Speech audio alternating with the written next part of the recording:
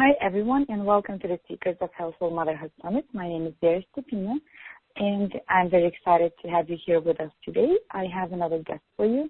Her name is Gisonni. She is an author, speaker, health and wellness expert, and she's a realtor who inspires people to make simple changes that radically improve their self-awareness, well-being, and success. She is an author of two books, and actually three books, right? And we're going to talk about it later. She also writes a blog for the San Francisco Examiner.com and the Huffington Post. She's certified as an integrative health coach and hypnotherapist. You can go ahead to her website, it's Gisonni.com. And hi, Debbie. How are you today? Hi, Vera. Great. How are you? I'm doing well. Thank you so much for making time and being here today. It's my pleasure. Thank you. Well, my first question I want to ask you is, what is your story? What inspired you to do what you're doing now and move on from different kind of business completely? Right. Thank you for asking. I guess we all have a story, don't we? My story is that I spent 15 years in the high-tech market in corporate executive positions. And during that time, when my job was just going great and I was climbing the corporate ladder, my family was falling apart. 4 of my family members died in 4 years: my mother, my father, my aunt, and my younger sister. And my younger sister committed suicide. So it was quite a traumatic period for me, and it also changed the whole direction and trajectory of my life, in that I realized what I was doing really didn't have any more meaning for me after going through all those deaths in my family. And I just jumped off the corporate ladder just like that. I didn't know exactly what I was going to do when I left, but I started writing, which was a passion I've always had as a child. And I wrote my first book about my family tragedies and how I overcame them and how anybody can overcome grief and challenges in their life, whatever kind of grief that is, whether it's actual death and dying, or whether it's, end of a marriage, or selling a house, or whatever that is. And then that led to a book on happiness, and then that led to a book on self-love. So I started this whole new career with this umbrella on health and happiness and wellness, and during that course of time, I was on my own spiritual journey as well. So I got my certification in hypnotherapy. I was teaching meditation, also got my certification in integrative health and life coaching. And I also did a 4-year stint back in sort of like a business role as a CEO for a spiritual retreat center during that time as well. And now I'm doing independent work and working on all my media projects, writing, speaking, business consulting, doing the realty, as you said. But my story is such that life changes, which could have really brought me down into a dark place, actually uplifted me to help me realize what I wanted to do in life, what was my purpose in life, and what we all are here to do, and that is to serve others, to help make others' lives better, help make our own lives better. And that's really what I do now in my daily, everyday life and work, and it's all integrated. That is so crazy how such tragic events actually led you to pretty much start a new life, new business, new look at the life and everything. That's amazing. Mhm. Well, I think sometimes, not all times, but I think sometimes we have to get hit against a brick wall in order to make a change in our life. And I try to counsel people and let them know that it doesn't have to have that in your life. That doesn't have to happen in your life. You can actually make those changes without that. But I think for me, I was just such a corporate maven and just such a workaholic and type A personality that something like that had to have happened in my life to make me make a change. Otherwise, I would have just kept on that trajectory and probably burnt myself out pretty early on in my career. Didn't it ever feel like selfish to focus on your own health, your own happiness, when such horrible events happen in your life? Right. Well, it's hard to do it while those events are happening because you kind of think that the world is, caving in on you. And certainly what I learned from those events, and after writing about death and dying and then writing about happiness, is that there's always happiness inside you no matter what's going on in your life, because that's kind of an inherent right that we all have as human beings, as the spirit creatures that we are, having this physical life. A lot of women, I feel, in particular, often put their own happiness last in order to make other people in their lives happy, whether that be their bosses or their kids or their husbands or partners or whatever. And I think women are nurturers by nature, you know. The thing about nurturing, though, is that if you don't nurture yourself, you're going to burn out really quickly and you're not going to have anything left to give to others. And I mean nurturing all of you, you know, your spiritual, your spiritual needs, your emotional needs, your physical needs, you know, giving yourself time to look within, doing things that make you feel good once in a while, taking care of your body with nutritious food and exercise. You know, none of that is really selfish. I don't think that sounds selfish to anyone. But the really first step is to believe that you're worth the added attention it takes to have good health and well-being and happiness in your life. And once you believe that you deserve a slot in that busy schedule of yours, or you deserve to be put on your to-do list, so to speak, then you can start adopting habits that actually bring more health and happiness into your life. So here's my question about starting to believe that you actually deserve the happiness. I feel like a lot of us moms, we concentrate on our families in our day-to-day life so much that we feel we don't even have time, or I guess we don't deserve time, you know, to spend on ourselves. How do you start that? Like, how do you start believing that you deserve that?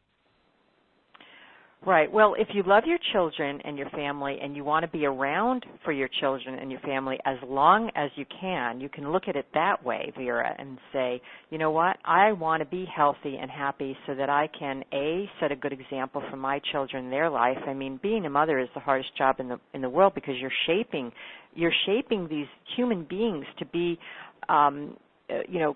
very nice beings for society, right?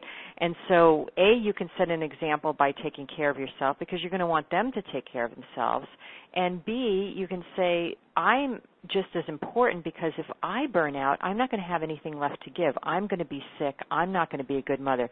So knowing that by taking care of your own health and happiness, you're actually going to be able to be a better mother, a better sister, a better parent, a better spouse for everyone in your life, then it kind of comes back to you, and it's not being selfish. And then you say, well, yeah, I deserve that because I want to be a better mother. I want to be a better spouse.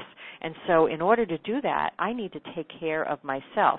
So once you set that parameter for yourself, then you make it a priority, right? Then you say, okay, I am a priority. So maybe not every day. You can't focus on yourself every day. But by making little changes in life, you can really focus on your health and happiness in a big way, and it all kind of adds up. So perhaps it's, giving yourself a break once a week. Maybe a group of mothers get together and one of them takes all the kids, for an afternoon, where that one mother gets to do something for herself, whether that's a massage or just time alone in a park or whatever it is, or cooking or, shopping, whatever that is that she needs to take care of herself. So moms can actually help each other as long as they're all on the same page, and as long as they all feel like they all deserve a break too, and they all need to be healthy and happy for the longevity of their family and for themselves. And I agree with you 100%. And I was asked yesterday or the other day, somebody asked me how I found a balance, and I think it's really funny because first of all, balance is so different for everybody. So my balance is not necessarily your balance, and your balance is not my balance. Right, I agree. So my answer was, I learned how to prioritize. So in order to do that, you have to prioritize yourself as well. And I think you need to put yourself as a number one priority a lot of times, because the better you take care of yourself, the more your family is going to benefit from that. So I'm totally backing up your words, what you just said. Your family is going to have you happier, healthier. You can spend more energy. You have more imagination, to play games and everything.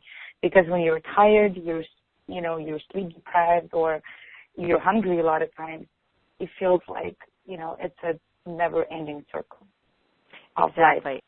Yeah. And I want to go back to your whole thing about balance, and I loved what you said about, your balance is different than everyone else's balance. This whole term, work-life balance, that I don't know when it came out, maybe 10, 20 years ago, is totally meaningless and I feel like non-existent in today's world. And the reason I believe that is, of course, I had to learn it the hard way. In my 30s, and it all depends too on where you are in your life and your family and your job and all that. But in my 30s, I really thought balance was the ability to multitask, right? Work 80 hours a week, whether it was working or hosting these extravagant dinner parties or my exercise 45 minutes every day. I wanted to do it all. And it wasn't until I was caught up in this whirlwind of family deaths and suicide and brain tumors and cancer that I realized I really wasn't living a balanced life at all. It wasn't integrated, and that my health and happiness and my relationships and my friends and my family and my peace of mind were just as important than making money, and even much more valuable. So when I talk to women about work and life balance, I say, your work and life really aren't separated, but they're just one integrated journey. And that journey had better include a good balance of passionate and inspirational work, along with things like gratitude, self-love, inner awareness, good nutrition, good fitness, generosity, service, and fun, too. You want to be happy, healthy, and wealthy and include those in your life, but you want to have moderation. And they're not always going to be equal. There's going to be times in your life, you might have had a new baby, for instance. You're not going to feel perfectly balanced because there's a project to take care of, whether it's at work or home, right? But everything is temporary, and you can course correct as you go around. Balance is really not about doing things at the same time. It's about having lots of things going on in your life, but doing them one at a time, and and that's where you can be really present. And I think it's so true that you have mentioned somebody who's having a new baby. I think it's very important for a new mom to understand that the craziness is going to be there. The sleepless nights are going to be there. The pizza is going to be there most likely, or whatever, frozen dinner. I think it's important to concentrate on what's important at the period of time, because 6 months later or a year later, you're going to look back and you're not going to think that was so important at all. Right. In the big scheme of things, how important was that? And that saying, "This too shall pass." Everything changes. Yeah. Your day today is not going to be the same as your day tomorrow, and we always get into these modes where we're like, we're stressed and angry because we think it's going to last forever, or we can't see anything in the future. But the thing is we need to just live in the present moment by moment and just enjoy those moments, because they're gone. Once the moment passes, it's gone. That's true. And so I told you that I'm expecting another baby this June. Yes, I know. And, congratulations. Thank you. And last weekend, we found out that the baby is going to be a girl, which is a huge surprise for me, because I thought we were only going to have boys. I was mentally prepared to have a third boy. And right away, I started freaking out. Because, that you didn't have the right, the paint color on the walls, or what? the walls, or what am I going to do with another woman in the house? There's going to be a period is going to come, or makeup is going to come, or something like that. And then I was like, why am I freaking out about it? Why don't I just enjoy this baby and, we'll grow together and we'll see how it goes? And it's so pointless to stress and freak out a lot of times, because in a big scheme, it's not going to be that important anyway.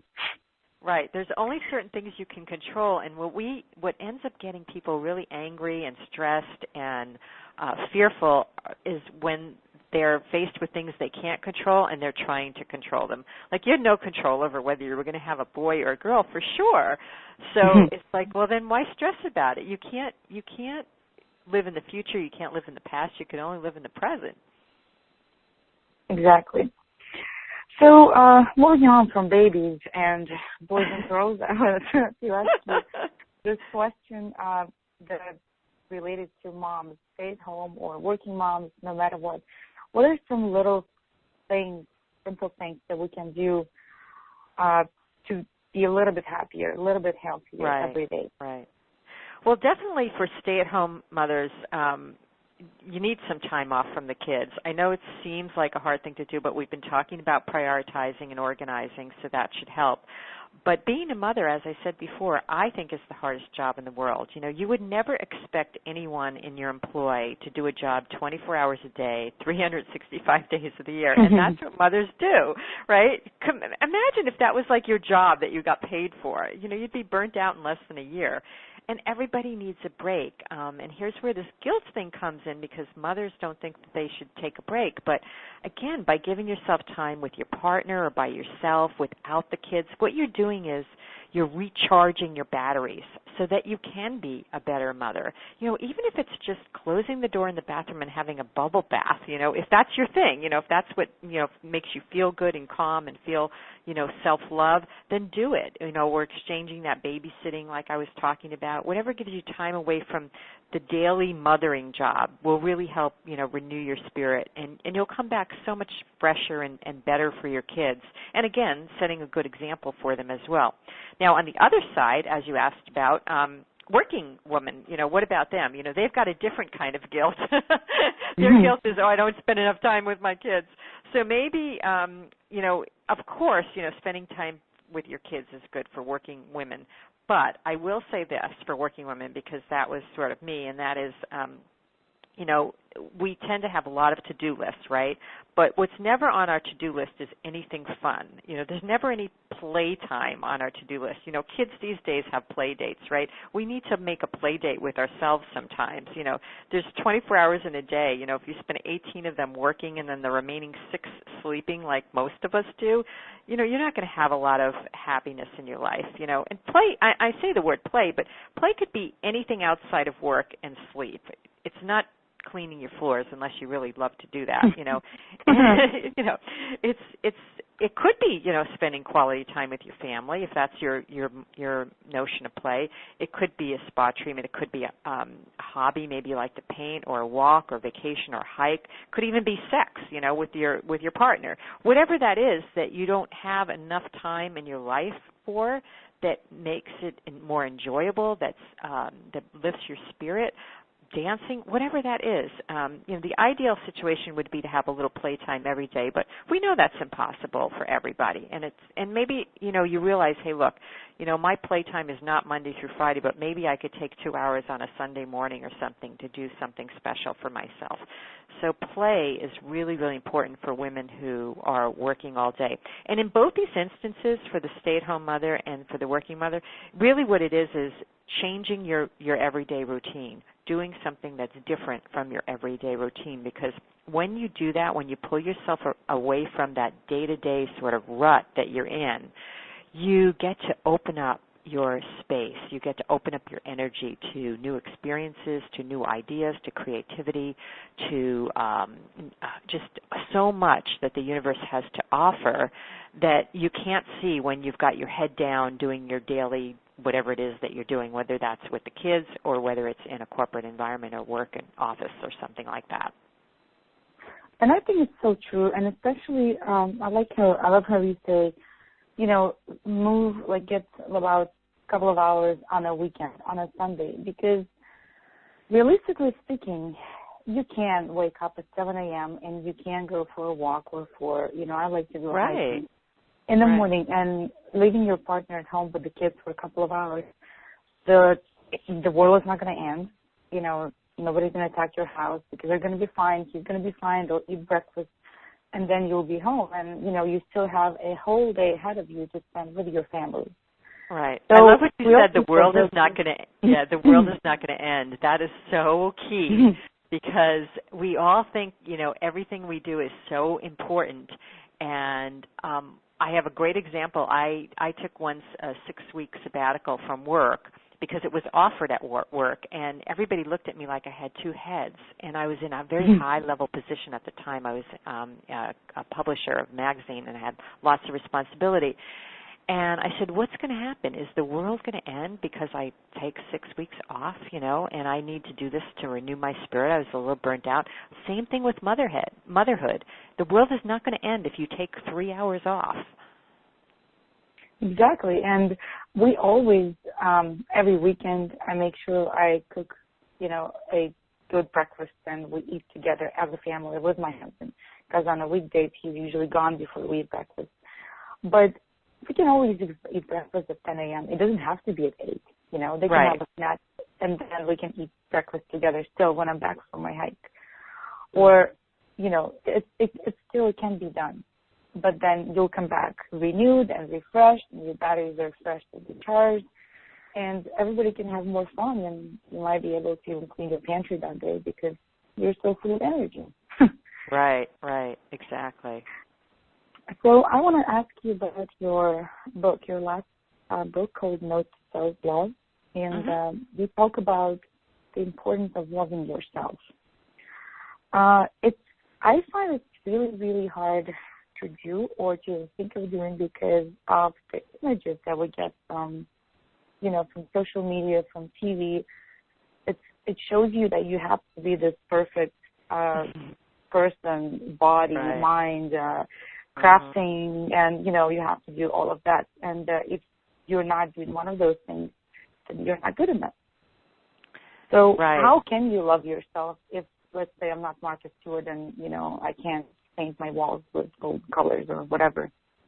Right. And you're so right. You know, with all the stimuli we have on a daily basis from every media outlet there is, and there's so much more of it now than there was 10 or 20 years ago, it's hard to believe that you're good enough for anything, right?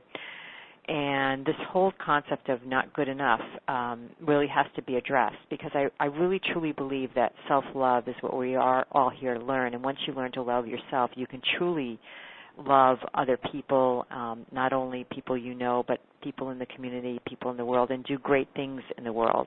And I struggle with this just as many women do, and I don't think it's as much of a man's issue as it is a woman's issue because of the media images and whatnot. You know, if you look or act a certain way only to please someone else or to live up to some false media image of perfection, you're really not accepting and loving yourself. And you're really never going to be happy because there's always going to be something different. And what's in that week, whether it's, you know, small waists or big butts or whatever it is, you know, you're never going to fit whatever that model is in that particular time frame. And it comes down to looking inside at who you are as a person and knowing that, A, those media images are not reality at all. Living in the world of Hollywood is not reality. These are people that have people working on them night and day just for the physical appearance, and what you see is not real people anyway, because you know, everything is touched up and whatnot. I try to give people an exercise in some of my workshops that helps with this whole issue, and that is to you know, look in the mirror and find something physically about you that you actually do love. You know, it doesn't matter how small it is. You know, maybe it's your earlobes, I don't care, or your eyes or whatever. You know, and just if we start focusing, just start small and, you know, every day add to that list and maybe keep a journal.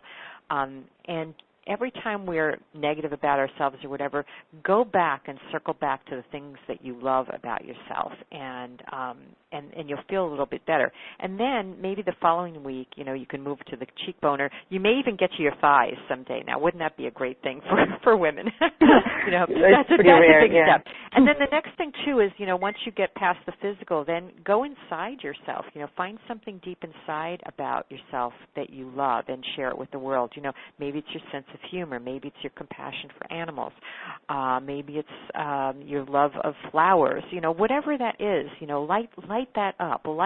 Light up what your unique gifts are, and then take a look at your life. You know, find something about your life to love and accept. You know, and what you do is you keep building upon this list over and over and over in time, and you realize after a while that you are a beautiful, beautiful being with so many gifts and talents, and it's really your uniqueness that is perfection, not the imperfections that the media tends to place upon us. And how boring life would be if we all looked the same and acted the same and all had exactly the same things. How boring. You know, it's the imperfections that make everybody interesting and unique, and it's life's ups and downs that make it this wonderful journey of learning experiences. so there's really no thing as perfection, except that imperfection is the only perfection that you can really have. And accepting that and loving yourself for that is so important as well. I love that you said that you need to start finding things about yourself that you love.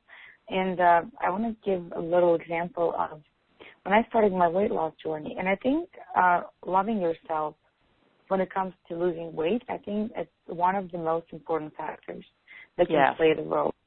Yeah. Like when I started at 217 pounds, and I lost about 25 pounds, and I was about 190 something. And it wasn't even that noticeable. I mean, it was hugely noticeable for myself. Of course, and your pants probably fit differently. My pants, my triple chin turned into double chin, everything was wonderful. I started looking at myself and thinking, oh my God, this woman is so hot. And I started liking it so much. I mean, looking now when I look back, I wasn't looking back. I didn't look that good. But at that point of my life, I love the way I started to transform. I started to look. Yes. And that kept me going. And I started to find those things that I love about myself. My eyes suddenly started to look a little bigger. The cheeks started to disappear. So it's the little things that help you love yourself more. And I'm not saying you have to accept yourself the way you are and never strive for better. It's always good to improve and strive for something better. But, I don't want you to beat yourself up for something because you don't have a thigh gap. And first of all, nobody should have thigh gap in the first place. Oh, yeah, I know. I don't even know where that got started. That's crazy. But I agree with you, Vera. I think that, in terms of our health and wellness I include happiness in that, you always want to strive to be the best that you are. But that's a personal journey. It's not because you want to look like someone else or be like someone else, because everybody's body is different and everybody's personal journey is different. But in terms of being as healthy as you can, you owe that to yourself to do that. You owe it to yourself. And that's not about being perfect. It's about being healthy. Yeah. So that's what I always say. You work on yourself, make yourself try to be healthier, try to be happier. If your goal to be happier is to run a half marathon, go ahead and do that. And if you don't like running, but you feel like you have to run for weight loss, don't do that because it's not making you happy. Why would you do that? Find something that you like. It doesn't have to be about running or about elliptical machine and about it's a waste of your time because that's not what makes you happy. Right. But that's so funny. I'm thinking about my husband who I'm always, pushing avocados on him. I love avocados, and, avocados are such good fat. They're so good for you. He hates avocados, and he will never eat an avocado no matter what I do to it. And I've just kind of accepted that, and I'm like, you know what, probably if he ate an avocado, he'd probably get sick, as healthy as it is for everyone else, because he hates it so much. And my 5-year-old is the same. He gags when he eats avocado. It's because of the texture or the sliminess. Yeah, something about it, yeah. And he hates green beans. And, I promote healthy food in this house, obviously. And he hates it. And he's like, Mom, how can you say they taste good if they taste disgusting? And it's really hard for me to accept that he doesn't like green beans, he doesn't like running, he doesn't like avocados. Yeah. But well, up until I was about 11, maybe 9, I really detested vegetables. And I think, and you probably know this from your health perspective, the taste buds in children, the bitter flavors are very different. And so it's almost like a survival mechanism. You don't want to eat it because from lifetimes and lifetimes and ancestry, it kind of signals a thing in your brain that says poison, right? But something changes as you get older and you're accepting of more of those flavors. But there's ways to hide that stuff in smoothies and things like that they'll never know.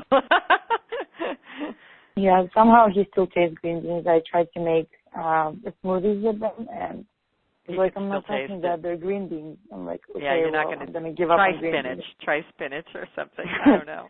Something that has less flavor, yeah. Yeah. Well, Debbie, thank you so much for the interview. I enjoyed it a lot, and I hope that we can help, more moms with this information and with, little tips on how to make your life a little bit happier without spending a ton of money on it, but instead of focusing on loving yourself more, accepting yourself, and nurturing yourself more, taking care of yourself. So I think those are very important ways, to build even stronger family, healthier family, and it's beneficial for everybody.